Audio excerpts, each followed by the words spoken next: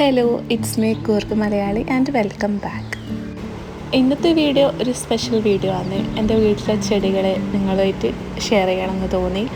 അപ്പോൾ garden make over എന്നൊന്നും പറയാനൊന്നുമില്ല, എന്നാലും ചെറിയ രീതിയിലൊരു മേക്ക് ഓവറാണ്. അപ്പോൾ നിങ്ങൾക്ക് വീഡിയോ ഇഷ്ടമായെങ്കിൽ എന്തായാലും ലൈക്ക് ചെയ്യാം. ഈ ഒരു സൈഡിലാണ് കേട്ടോ ആ പ്ലാന്റ്സെല്ലാം ഞാൻ വെച്ചിട്ടുള്ളത്. പിന്നെ എന്താ ഈ ഒരു പ്ലാന്റ് കണ്ടില്ലേ, ഇത് വെളിച്ചെണ്ണൻ്റെ ഒരു കുപ്പിയാണ് കേട്ടോ. ഇതാണ് ഞാൻ ഇത്രയും അടിപൊളിയായിട്ട് വളർത്തിയെടുത്തിട്ടുള്ളത്. കുറേ പഴക്കം ചെന്നൊരു സ്റ്റാൻഡാണ് കേട്ടോ ഇത്. അപ്പോൾ ഇതിലേക്കാണ് ഞാൻ ചെടി വെച്ച് കൊടുക്കാമെന്ന് വിചാരിക്കുന്നത്. അപ്പോൾ ഇതാ ഈ ഒരു പ്ലേസെല്ലാം ഒന്ന് അടിച്ചു വളരുക. ആ ഒരു സ്റ്റാൻഡിൽ പെയിൻ്റെല്ലാം അടിച്ചു കൊടുത്തിട്ട് അടിപൊളിയാക്കണം എന്ന് വിചാരിച്ചിട്ടുണ്ടായിനി, പക്ഷേ അതെനിക്ക് പറ്റിയിട്ടില്ല. ഇപ്പം ചെറുതായ രീതിയിലൊന്ന് അറേഞ്ച് ചെയ്തിട്ടുണ്ട്.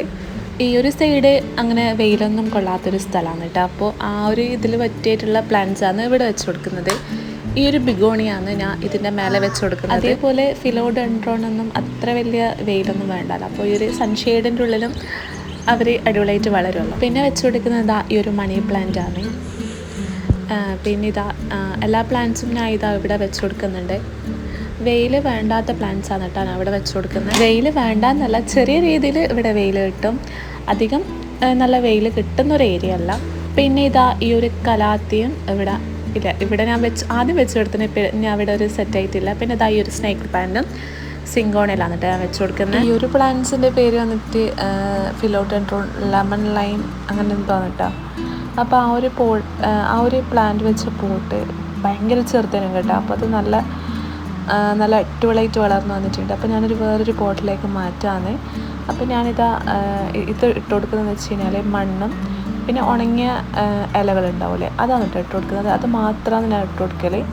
അതിട്ട് കൊടുത്താൽ തന്നെ നല്ല രീതിയിൽ വളരും. പിന്നെ മണ്ണ് ഡ്രൈ ആയാൽ മാത്രമാണ് ഞാൻ വെള്ളം ഒഴിച്ച് കൊടുക്കൽ. ഈ ഒരു പോട്ടിൽ തന്നെ ഇത് അടിപൊളിയായിട്ട് തന്നെ വളർന്നിട്ടുണ്ട്. ഇനിയിപ്പോൾ മാറ്റി നട്ടതിന് ഇത് സെറ്റാവുമോ എന്നുള്ളൊരു പേടിയുണ്ട്. കാരണം ആദ്യത്തെ പോട്ട് ഭയങ്കര ചെറുതാണ് കേട്ടോ, അതുകൊണ്ടാണ് ഞാൻ മാറ്റി നടന്നത്. ഇത് തന്നെയാണ് കേട്ടോ, മേലോട്ടേക്ക് ഇലകൾ പോകും, അതുകൊണ്ട് ഞാനൊരു വടി വെച്ച് സെറ്റാക്കി കൊടുത്തിട്ടുണ്ട്. അതേപോലെ വലിയ കെയറിൻ്റെ ഒന്നും ആവശ്യമില്ല. ഞാൻ മണ്ണ് ഡ്രൈ ആക്കി കഴിഞ്ഞാൽ മാത്രമാണ് വെള്ളം ഒഴിച്ച് കൊടുക്കൽ. അതേപോലെ ആദ്യം ഞാനിത് അവിടെയാണ് കേട്ടോ വെച്ച് കൊടുത്തിട്ടുള്ളത്, പക്ഷെ ഇവിടെ നല്ലൊരു വെയിൽ കിട്ടും, അതുകൊണ്ട് ഞാൻ മാറ്റി വെച്ച്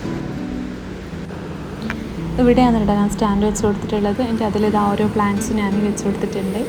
ഒരു ചെറിയ രീതിയിൽ ഞാൻ മേക്ക് ഓവർ ചെയ്ത് എടുത്തിട്ടുണ്ട്. പിന്നെ അടുത്ത പണി എന്താണെന്ന് വെച്ച് കഴിഞ്ഞാൽ ഈ ഒരു പ്ലാന്റ് ഇല്ല, എനിക്ക് ഈ പ്ലാന്റിൻ്റെ പേരൊന്നും അറിയില്ല, അതൊന്ന് മാറ്റി നടണമെന്ന് വിചാരിച്ച്. ഞാൻ മുന്നേ പറഞ്ഞിരുന്നല്ലോ, എനിക്ക് ഇലച്ചെടികളോട് ഒരു ഭയങ്കര ഇഷ്ടമാണ്. ഇതിൻ്റെ ലീഫ് കാണാൻ തന്നെ ഒരു പ്രത്യേക ഭംഗിയാണ്. ഇതിൽപ്പെട്ട ഏതോ ഒരു ചെടിയാറ്റോ. ഈ ഒരു പ്ലാന്റ്സിൻ്റെ പേര് അറിയുന്നവരൊന്ന് കമൻറ്റ് ചെയ്യുക. കലാത്തിയാണോ അതിൽ വെറൈറ്റി ആണോ എന്ന് എനിക്കറിയില്ല. പ്ലാന്റ്സ് നടുന്ന ബിഗിനേഴ്സിനോട് എനിക്ക് പറയാനുള്ളതെന്ന് വെച്ച് കഴിഞ്ഞാൽ, നിങ്ങൾ ഈ ഒരു സ്നേക്ക് പ്ലാന്റ് വളർത്തുക. കാരണം അതിന് അത്ര വലിയ കെയറിൻ്റെ ആവശ്യമില്ല, അതേപോലെ നല്ല ബുഷിയായിട്ട് വളരുകയും ചെയ്യും.